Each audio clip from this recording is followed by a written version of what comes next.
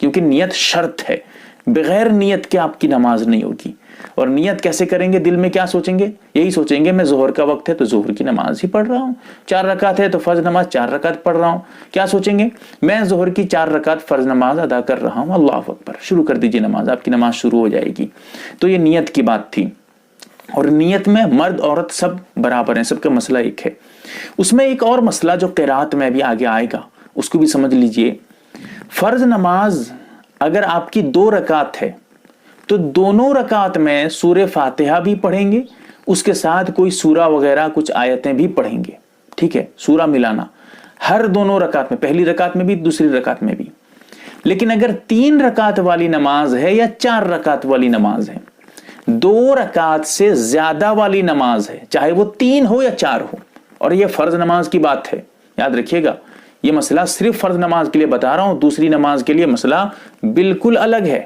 اب سمجھیے، 2 رکعت ہے تو دونوں تو پڑھیں گے، سورہ بھی ملائیں گے، لیکن 2 رکعت کے علاوہ ایکسٹرا جو 3 رکعت یا 4 رکعت اور ہے، جیسے مغرب کی 3 رکعت ہے، یا عشاء کی 4 رکعت ہے، ظہر کی 4 رکعت ہے، عصر کی 4 رکعت ہے، تو ایسی صورت میں صرف اور صرف، دھیان رکھ لیجئے گا، یہ مسئلہ اکثر لوگ غلط کرتے ہیں، صرف اور صرف پہلی 2 رکعت میں سورہ بھی یعنی سورہ فاتحہ بھی پڑھنا ہے اور سورہ بھی ملانا ہے، پہلی 2 رکعت میں۔ بعد والی جو 2 رکعت ہے یا 1 رکعت ہے، 3 رکعت والی ہے تو 1 رکعت ہے، اس میں آپ کو صرف اور صرف سورہ فاتحہ پڑھنا ہے، کوئی سورہ نہیں ملانا ہے، یاد رکھیے گا، صرف اور صرف سورہ فاتحہ۔ یہیں پر ایک اور مسئلہ سمجھ لیجئے، اگر فرض نماز کی 3 یا 4 رکعت میں کوئی غلطی سے یا کسی اور وجہ سے یا جان بوجھ کر بھی سورہ فاتحہ کے بعد سورہ بھی پڑھ دیا، یا جانتا نہیں تھا سورہ فاتحہ کے بعد سورہ پڑھتے ہوئے آ رہا تھا، تو ایسی صورت میں اس کی نماز کا کیا حکم ہوگا؟ جواب یہ ہے کہ تب بھی اس کی نماز ہو جائے گی۔ کوئی اس طرح اگر 3 یا 4 رکعت میں فرض نماز کے سورہ فاتحہ کے بعد کوئی سورہ وغیرہ کچھ پڑھ لے، ملا لے، تو ایسی صورت میں سجدہ سہو بھی واجب نہیں ہوگا، بلکہ اس کی نماز ہو جائے گی۔ لیکن ہاں، سنت یہ تھا، اللہ کے رسول صلی اللہ علیہ وسلم کا عمل یہ تھا کہ آپ صلی اللہ علیہ وسلم فرض نماز کی 3 اور 4 رکعت میں صرف اور صرف سورہ فاتحہ پڑھتے تھے، اسی لیے آپ صرف اور صرف سورہ فاتحہ پڑھیے، کوئی اور سورہ مت پڑھیے گا۔ ہاں، پہلی 2 رکعت میں ضروری ہے سورہ فاتحہ بھی اور سورہ بھی، دونوں ضروری ہے، واجب ہے۔ اب اس کے بعد یہ تو قرات کی بات تھی، یہاں ایک قرات پہ ایک اور مسئلہ آتا ہے، چھڑتا ہے، جو ہم گھر میں نماز پڑھیں گے کیا زور سے قرات کریں گے یا آہستہ؟ یہاں پر ایک مسئلہ پہلے عورتوں کے لیے واضح کر دوں، عورتیں ہر نماز میں آہستہ ہی قرات کریں گی، زور سے قرات کرنا عورتوں کے لیے مناسب نہیں ہے، اچھا نہیں ہے، ہر نماز میں عورتیں آہستہ قرات کریں گی۔ ہاں، جہاں تک مردوں کی بات ہے، اگر مرد اکیلا فرض نماز پڑھ رہا ہے تو جن نمازوں میں زور سے قرات کرنا ہے، جہری قرات، جیسے مغرب کی نماز ہے، عشاء کی نماز ہے، فجر کی نماز ہے، تو جن نمازوں میں زور سے قرآن پڑھنا ہوتا ہے اس میں مرد کو اختیار ہوتا ہے، کیونکہ جس میں آہستہ پڑھنا ہے تو اس میں آہستہ ہی پڑھے گا، زور سے پڑھنا اس کے لیے ناجائز ہے، جائز نہیں ہے زور سے پڑھنا۔ جیسے ظہر کی نماز، عصر کی نماز میں تو آہستہ ہی قرآن پڑھے گا، قرات تو آہستہ ہی کرے گا، سورہ فاتحہ سورہ وغیرہ ملائے گا تو آہستہ ہی ملائے گا۔ لیکن جن نمازوں میں زور سے پڑھنا ہوتا ہے اس میں اس آدمی کو، نماز پڑھنے والے کو اختیار دیا گیا ہے شریعت میں، اسلام میں، وہ چاہے تو زور سے پڑھ لے، وہ چاہے تو آہستہ پڑھ لے، جس طرح پڑھے گا دونوں طرح جائز ہے، کوئی دقت نہیں، کوئی حرج نہیں۔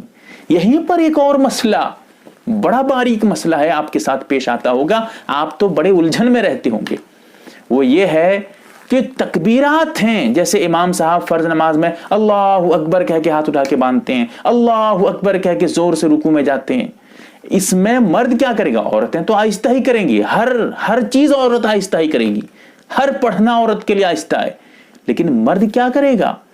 کیا مرد امام صاحب کی طرح، جیسے فرض نماز میں امام صاحب زور سے تکبیرات کہتے ہیں، رکوع سجدے میں جاتے وقت، اٹھتے وقت جب جو ہوتا ہے سمیع اللہ لمن حمیدہ، یہ سب جو کہتے ہیں، کیا جو اکیلا نماز پڑھنے والا مرد آدمی وہ بھی کیا زور سے کہے گا؟ کیا بات ہے؟ جواب یہ ہے کہ اس کو اختیار ہے، چاہے زور سے کہہ دے چاہے آہستہ کہہ دے، دونوں طرح جائز ہے، بہت آسان مسئلہ ہے۔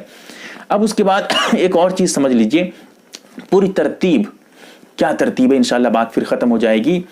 سب سے پہلے نیت، میں آپ کو بتا چکا ہوں نیت کیسے کریں گے، کیا طریقہ ہے، نیت کا کیا مسئلہ ہے۔ نیت کرنے کے بعد اللہ اکبر کہہ کے ہاتھ اٹھا کر باندھ لیں گے۔ اب جیسے ہی ہاتھ باندھیں گے، پہلی رکعت ہے، اب پہلی رکعت میں آپ سب سے پہلے ثنا پڑھیں گے، سبحانک اللہم وبحمدک وتبارک اسمک وتعالی جدک ولا الہ غیرک، مختصر ثنا جو ہے اس ثنا کو پڑھیں گے۔ ثنا پڑھنے کے بعد، پہلی رکعت کی بات ہو رہی ہے، ثنا پڑھنے کے بعد اب آپ سب سے پہلے اعوذ باللہ من الشیطان الرجیم بسم اللہ الرحمن الرحیم، یعنی تعوذ اور تسمیہ، یعنی اعوذ باللہ اور بسم اللہ دونوں پڑھیں گے۔ اس کے بعد اب یہ تمام چیزیں آہستہ آہستہ کی بات ہے، اس کے بعد اب سورہ فاتحہ پڑھیں گے، الحمدللہ رب العالمین الرحمن الرحیم مالک یوم الدین ایاک نعبد و ایاک نستعین اہدنا الصراط المستقیم صراط الذین انعمت علیہم غیر المغضوب علیہم ولا الضالین۔ اب سورہ فاتحہ مکمل۔ اب کیونکہ سورہ فاتحہ ہے اس میں آپ کو اختیار ہے، میں بول چکا ہوں کہ قرات کی جہاں بات آئے گی زور سے بھی کہہ سکتے ہیں، آہستہ بھی کہہ سکتے ہیں، جہری نماز میں، سری نماز میں تو آہستہ ہی کہیں گے، تو یہ تو مسئلہ حل ہو چکا ہے۔ اب سورہ فاتحہ پڑھنے کے بعد آمین کہیں گے آہستہ سے، اس کے بعد پھر اب بسم اللہ الرحمن الرحیم، اب اعوذ باللہ نہیں، صرف بسم اللہ کہیں گے۔ اس کے بعد بسم اللہ پڑھنے کے بعد بسم اللہ الرحمن الرحیم، اس کے بعد اب کوئی بھی سورہ جو آپ کو یاد ہے، کوئی سی بھی سورہ آپ اس کو پڑھ سکتے ہیں، لیکن ہاں اتنا خیال رہے قرآن کو الٹا مت پڑھیے۔ جیسے آپ نے پہلی رکعت میں مثال کے طور پہ قل اعوذ برب الفلق پڑھا، اور دوسری رکعت میں آپ نے انا اعطینا پڑھ لیا، یا دوسری رکعت میں آپ نے اذا جاء پڑھ لیا، یا دوسری رکعت میں آپ نے اس سے الٹے طرف قرآن کو دیکھیں گے، ایک ترتیب ہے، پارہ 1 2 3 اس میں ایک ترتیب ہے۔ قرآن کو الٹا پڑھنا نماز میں یہ منع ہے، مکروہ ہے، اس لیے اتنا خیال رہے کہ پہلے جو آپ پڑھیں گے پہلی رکعت میں، دوسری رکعت میں اس کے بعد پڑھیے، چاہے اس کے فوراً بعد والی سورہ پڑھیے یا 10-20 سورہ چھوڑ کے پڑھیے، یا پہلی رکعت میں پہلے پارے سے پڑھے تھے آپ، دوسری رکعت میں 30 پارے سے پڑھ رہے ہیں، وہ آپ کو اختیار ہے۔ یہ تو ضروری بات ہو رہی ہے، سنت کیا ہے وہ ایک الگ مسئلہ ہے، وہ ایک تفصیل ہے، اس میں آپ نہیں جائیے ورنہ پھر نماز آپ کی چھوٹ جائے گی، کیونکہ یہ بڑا ٹیڑھا مسئلہ ہوتا ہے، سمجھیے۔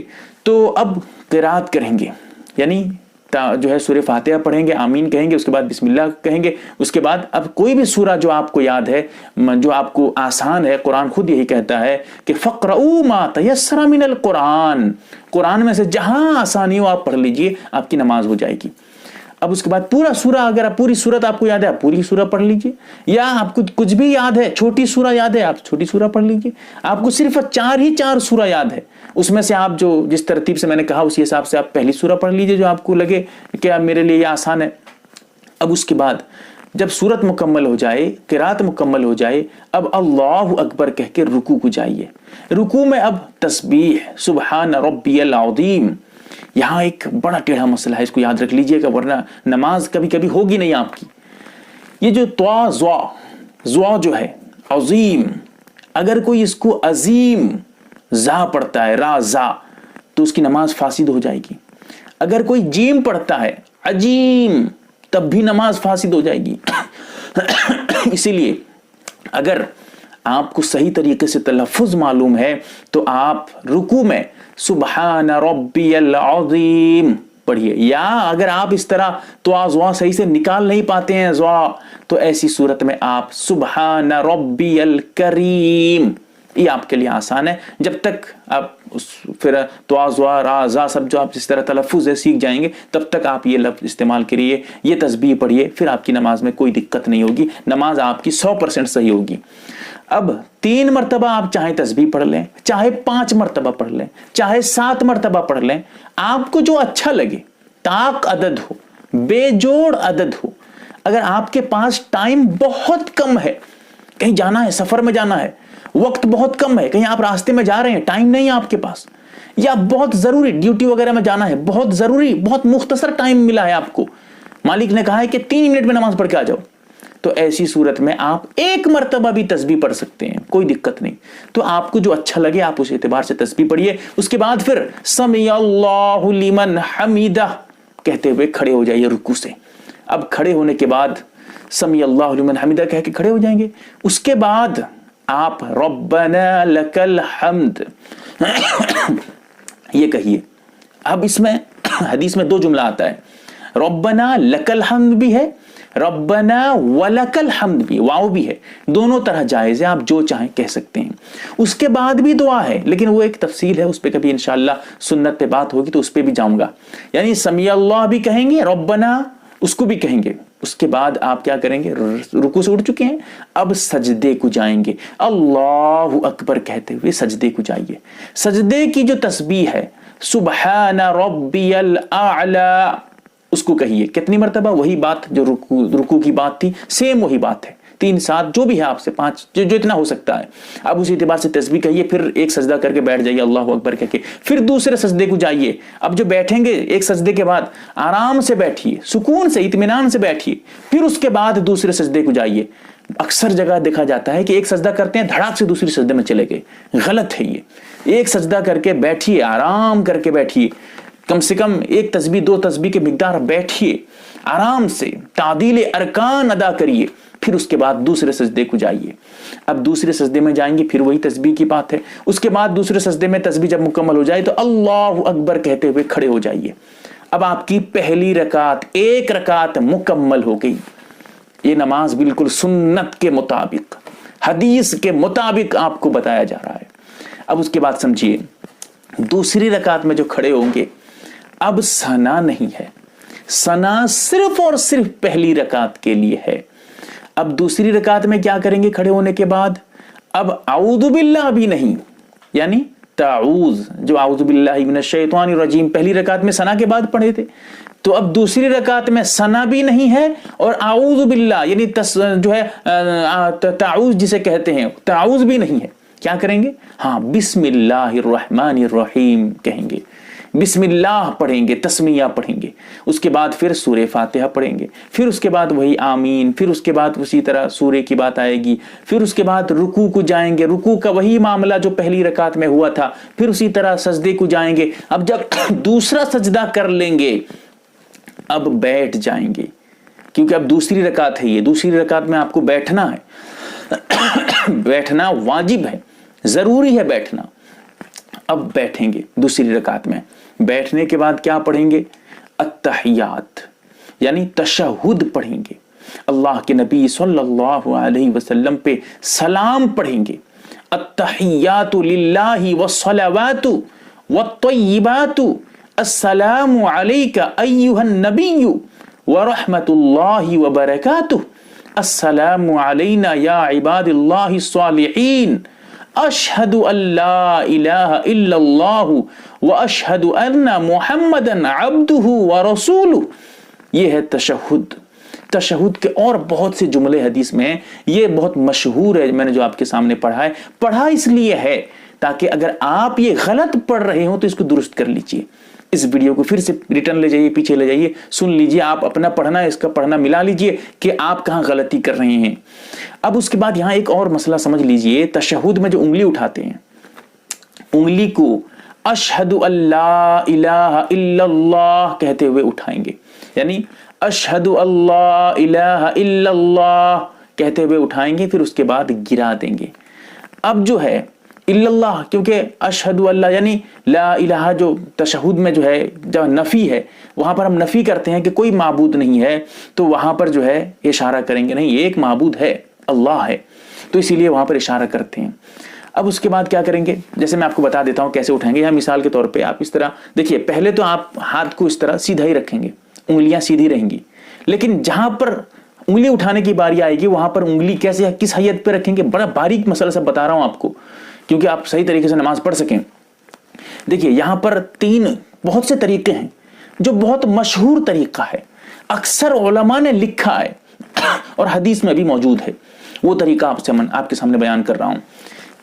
3 انگلی جو ہے، چھوٹی انگلی، اس کے سائیڈ والی انگلی اور بیچ والی انگلی، 3 انگلی کو بند کر دیں گے، اور ان 2 انگلی سے یعنی شہادت کی انگلی